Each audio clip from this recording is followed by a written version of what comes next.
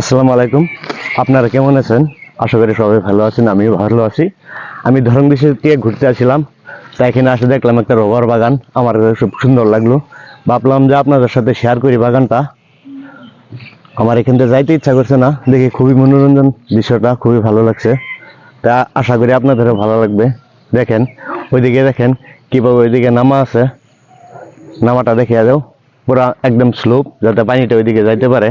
খুবই একটা সুন্দর দৃশ্য। হ্যাঁ, আমার কাছে খুব ভালো লাগলো। আশা করি আপনারা দেখবেন, আপনাদের কাছেও ভালো লাগবে। মাঝে মাঝে আসবেন এরকম জায়গায় ঘুরতে। খুব সুন্দর একটা মন সন্তুষ্ট করার মতন দৃশ্য।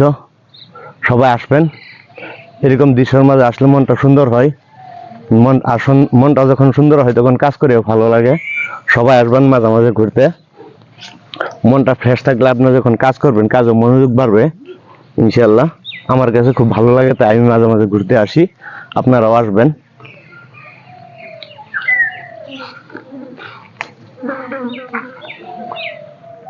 আমাকে ঘোরার পাশাপাশি আপনাদেরকে দেখাতে যাচ্ছি বাগানটা কতটুকু বড়, কিরকম লাগে দেখতে। অল্প এগিয়ে আসো এদিকে, দেখাই।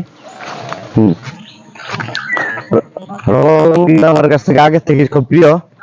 ভাবলাম দিনটাও খারাপ, অল্প অল্প বৃষ্টি হচ্ছে, দেখেন কাপড়ও ভিজে যাচ্ছে এদিকে।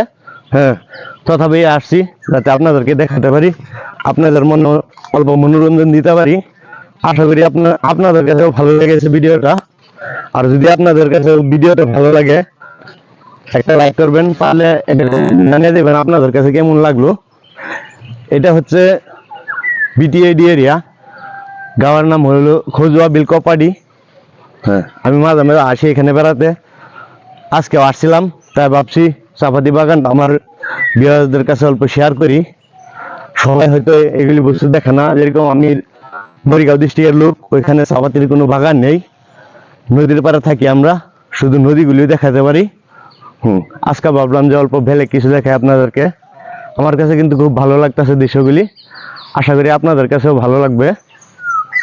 আমাদের মরিগাঁও ডিস্ট্রিক্টের বহুত লোকই দেখছে না রবার বাগান, বাস্তবে হয়তো মোবাইলে দেখে শুধু। তাই আমি ভাবলাম আমার প্রিয় মরিগাঁওবাসী রাইজকে দেখাই চাপাতি বাগান কিরকম হয়। অল্প কাছে থেকে দেখাও। এগুলি পাতা, এগুলি কেটে ফেলছে অলরেডি, এগুলি কেটে ফেলা হচ্ছে, তাই পুরা সমান দেখতে পাচ্ছেন আপনারা।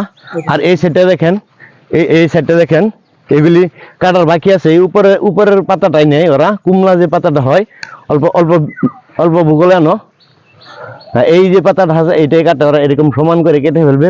কোমল কোমল যে পাতাটা থাকবে ওটা দিয়ে আসলে চাপাতি তৈরি হয়।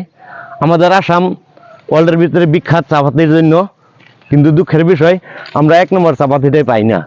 যখন আমি এরকম বাগানে আসি দেখে খুব পস্তাই, তাহলে বিশ্বের মধ্যে প্রথম স্থানে আছি আমরা চাপাতির জন্য। আর আমরা যখন চাপাতি খাই ওই চাপাতিটা তো ভালো হয় না।